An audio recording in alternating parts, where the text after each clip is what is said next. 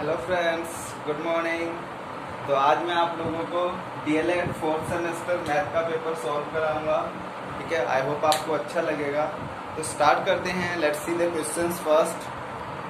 तो दोस्तों, पहला जो सवाल है वो है, क्या रखा है, परिमेय संख्या 4/-5 तथा 8/15 का भागफल क्या होगा। ऑप्शन 4 दिए हुए हैं। तो क्या रखा है, 4/5 -5 का भाग करना है 8/15 से, तो भागफल कितना आएगा। तो हमें पता है, जब भाग को गुना में बदलते हैं तो इधर वाली राइट वाली संख्या पलट जाती है। तो हो जाएगा 4/-5 गुना में 15/8 हो जाएगा। कट रहा है, देखो 5 एकम 5, 5 या 15, 4 एकम 4, 4 दूनी 8। तो माइनस कभी नीचे नहीं होता, ऊपर ही चला जाता है। तो -3/2 आ जाएगा। तो कौन सा ऑप्शन सही है, आपका ऑप्शन सी करेक्ट हो जाएगा। आई होप समझ में आ गया होगा। ठीक है, नेक्स्ट क्वेश्चन देखिए क्या कह रहा है। सेकंड क्या रखा है, एक पासा फेंकने पर प्रतिदर्शी समष्टि में अभाज्य संख्या आनी है। अभाज्य संख्या आने की प्रायिकता नहीं बतानी, अवयवों की संख्या बतानी है कि कितने अभाज्य संख्याएं आ सकती हैं। तो हमें पता है, जब एक पासे को फेंकते हैं तो पॉसिबल नंबर कौन कौन से होते हैं, 1 2 3 4 5 6। याद रखना, अभाज्य संख्या विषम संख्या अलग अलग होती है। तो विषम संख्या कौन कौन सी होगी, 1 3 5। ओके, सम संख्या क्या होगी, 2 4 6। और अभाज्य संख्या क्या होगी, जिसके सिर्फ 2 गुणनखंड होते हैं। तो एक तो 2 हो जाएगा, एक 3 हो जाएगा, एक 5 हो जाएगा। यानी कितने अवयव हैं टोटल, 1 2 3, तो 3 आ जाएगा। कौन सा ऑप्शन सही है आपका, डी। कई लोग कंफ्यूज होंगे, अभाज्य संख्या मतलब विषम संख्या ही हो गई, तो विषम संख्या भी 3 है। तो चलो इन केस इसमें 3 है, दोनों का सेम सेम, लेकिन अभाज्य संख्या और विषम संख्या अलग अलग होती है। ओके, अब एक जो है विषम संख्या है लेकिन अभाज्य संख्या नहीं है। ओके, आई होप समझ में आ गया होगा। नेक्स्ट क्वेश्चन देखिए आप लोग।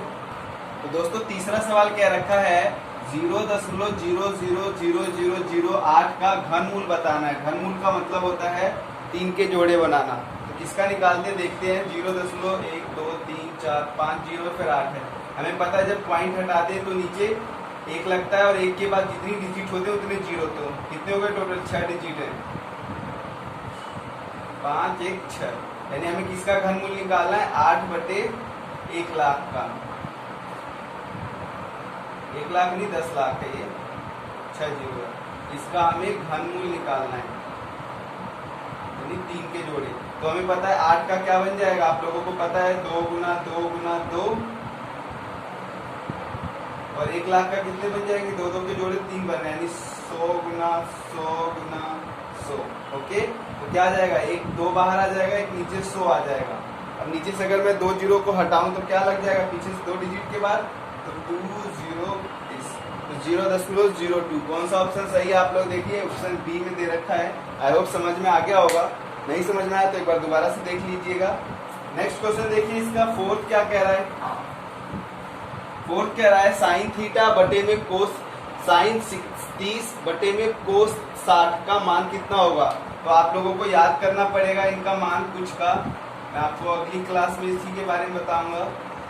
तो साइन 30 की जो वैल्यू होती है 1/2 होती है, और कोस 60 का मान भी 1/2 ही होता है। ठीक है, बताएंगे अभी कैसे होगा।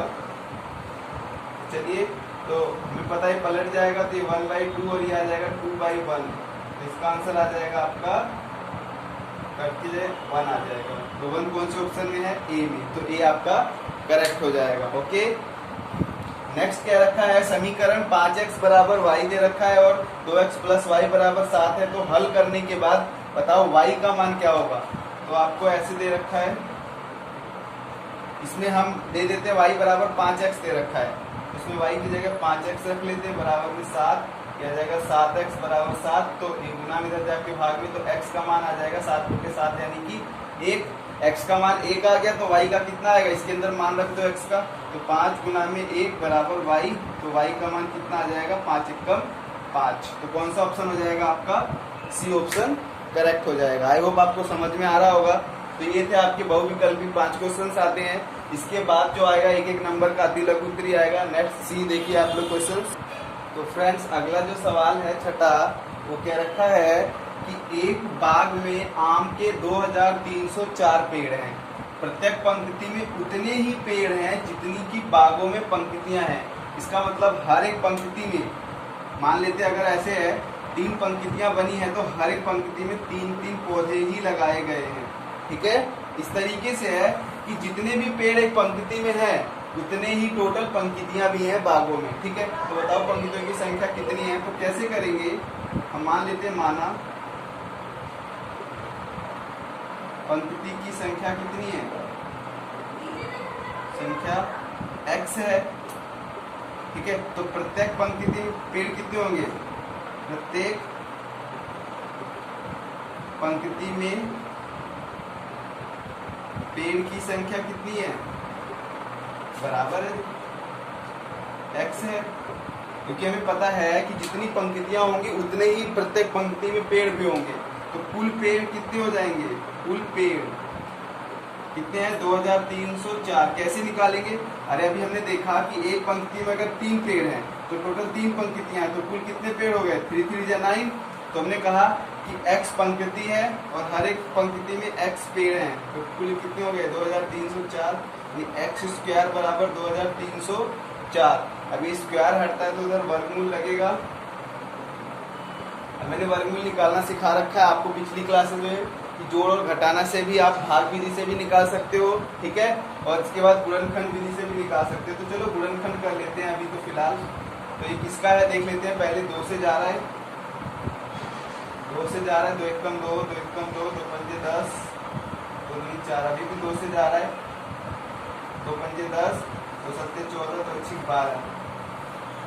अभी भी कितने से जाएगा, 2 से जाएगा, 2 3 4, 2 8 16, 2 8 16। अभी भी 2 से जा रहा है, 2 1 कम 2 4 4। तो इतना 12 का होता है आप लोगों को पता होना चाहिए। तो इसका क्या बन गया आपका, देखिए गुणनखंड 2 × 2 × 2 × 2 × में 12 गुना में 12। तो कितना आ जाएगा, देखिए 1 2 बाहर, 1 फिर 2 बाहर, 1 12। तो कितना जाएगा, 12 चौक 48, 2 2 4, 4 को 12 से करेंगे तो 48। यानी कि क्या है, पंक्तियों की संख्या 48 है और प्रत्येक पंक्ति पेड़ कितने हैं, वो भी 48 ही है। ठीक है, आप इसे भाग विधि से भी आसानी से निकाल सकते थे एक ही बार में। जैसे पीछे से जोड़ा बनाते हैं, अब कोई संख्या सोचते हैं जो इतने से ही जा रहा हो, तो जैसे 4 6 4 चौक 16। कितना बचेगा, घटा दीजिए, 13 में से 6 गया 7। अब ये उतार लेंगे। अब हमें पता है इसको जोड़ते हैं इसके साथ। अब कोई संख्या सोचनी है कि वही यहाँ पे भी रखी, वही वहाँ, इससे गुना भी करके चेक करना है। उसके लास्ट में 4 आ रहा हो, तो हमने देखा कि 4 कोई संख्या आ रहा है जिसके लास्ट में उसी से गुना करे तो 8 8 64, 4 आ रहा है। ठीक है, तो 8 रख दिया यहाँ भी, इसको 8 से मल्टीप्लाई करके देखो, 8 8 64, 86 64 और 70। कितना आ गया, 48 आंसर आ गया। ठीक है, आई होप समझ में आ गया होगा। नेक्स्ट क्वेश्चन देखिए। तो 7वां सवाल कह रखा है कि 10 45 माइनस कोट 30 प्लस 2 कोस 30 माइनस साइन 90 का मान क्या होगा, ये क्वेश्चन रहा। तो चलिए अब इसका मैंने बताया कि नेक्स्ट क्लास में आपको बताऊंगा, इनके मान तो याद करने पड़ेंगे। जैसे 10 45 का मान 1 होता है, कोट जो 30 होता है वो 10 30 का उल्टा होता है, और 10 30 का मान होता है 1/√3। तो इसका मतलब इसका उल्टा √3 आ जाएगा ओनली। अब कोस 30 का जो मान होता है वो होता है √3/2, √3/2। तो आ गया 2 × में √3/2।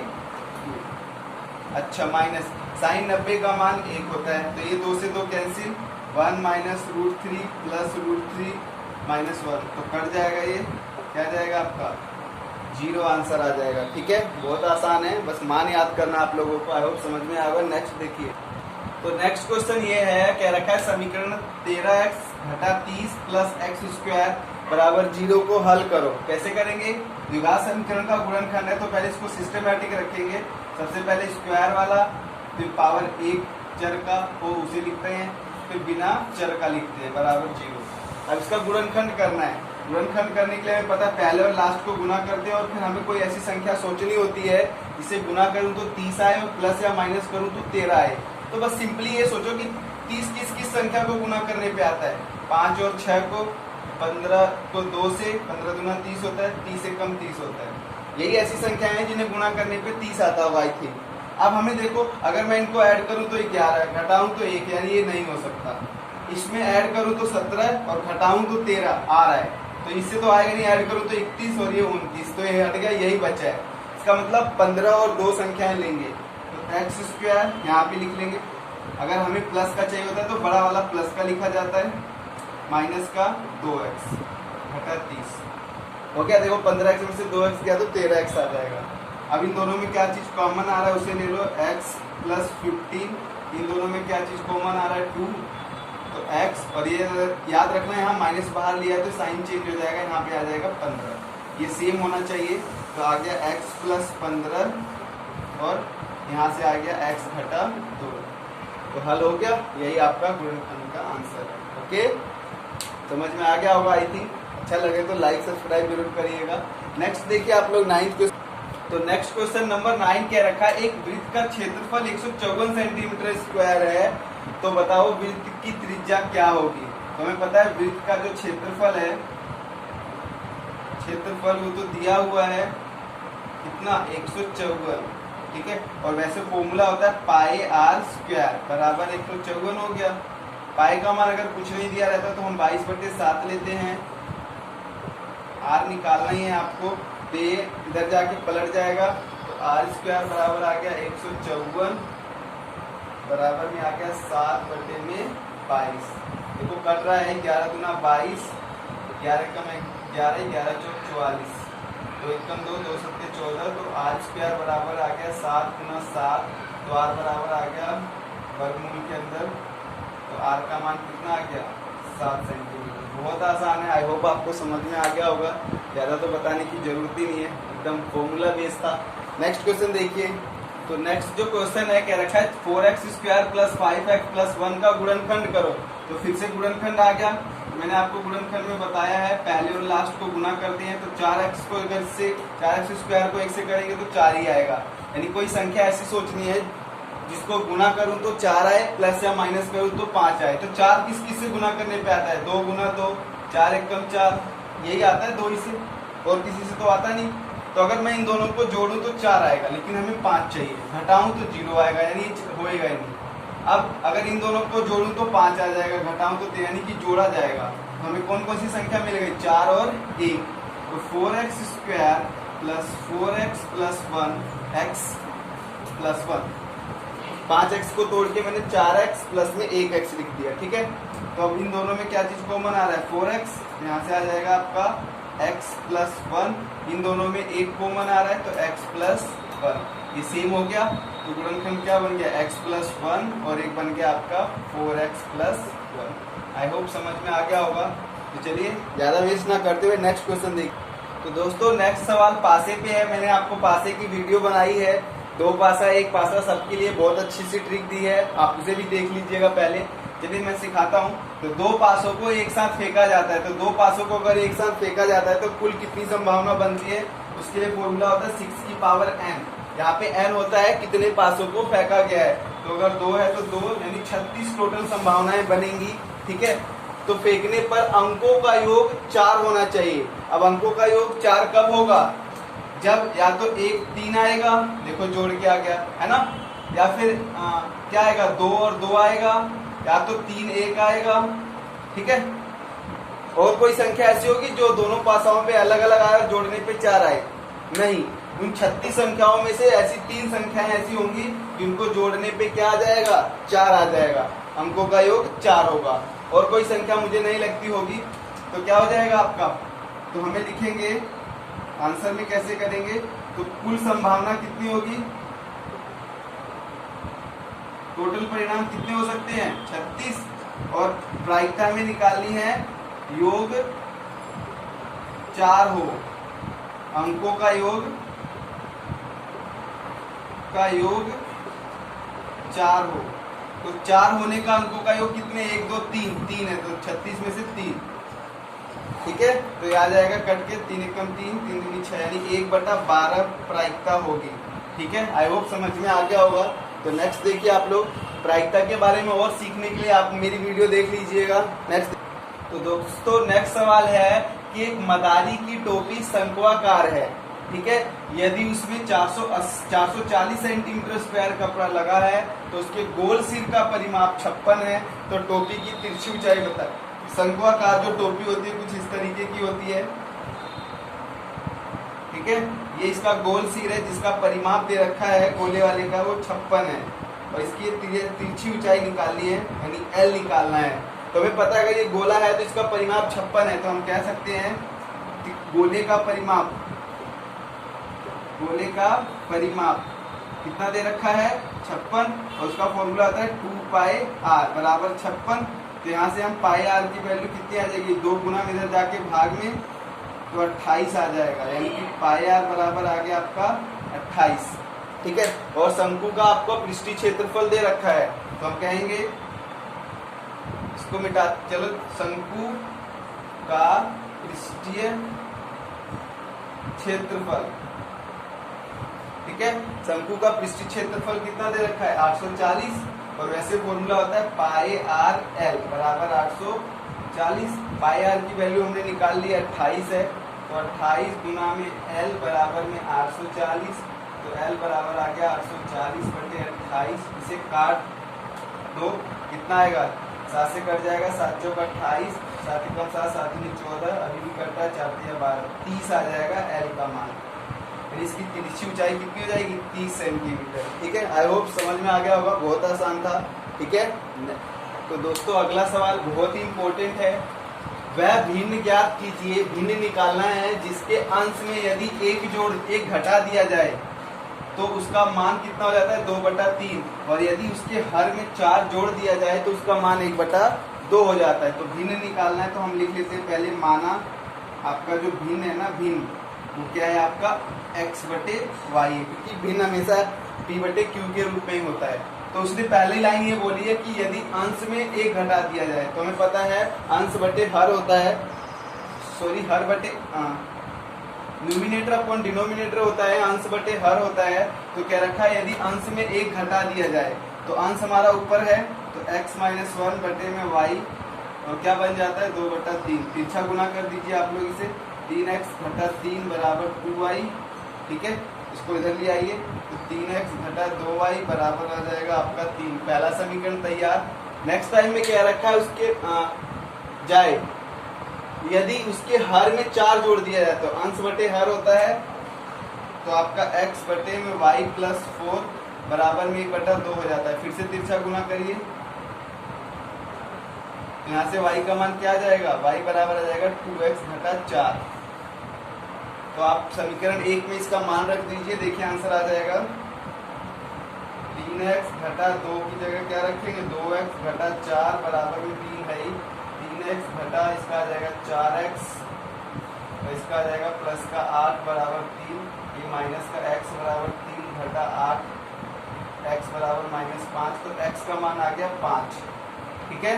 ये एक आपका आंसर हो गया। और अब हम समीकरण 2 में x का मान रख देंगे तो y का भी आ जाएगा।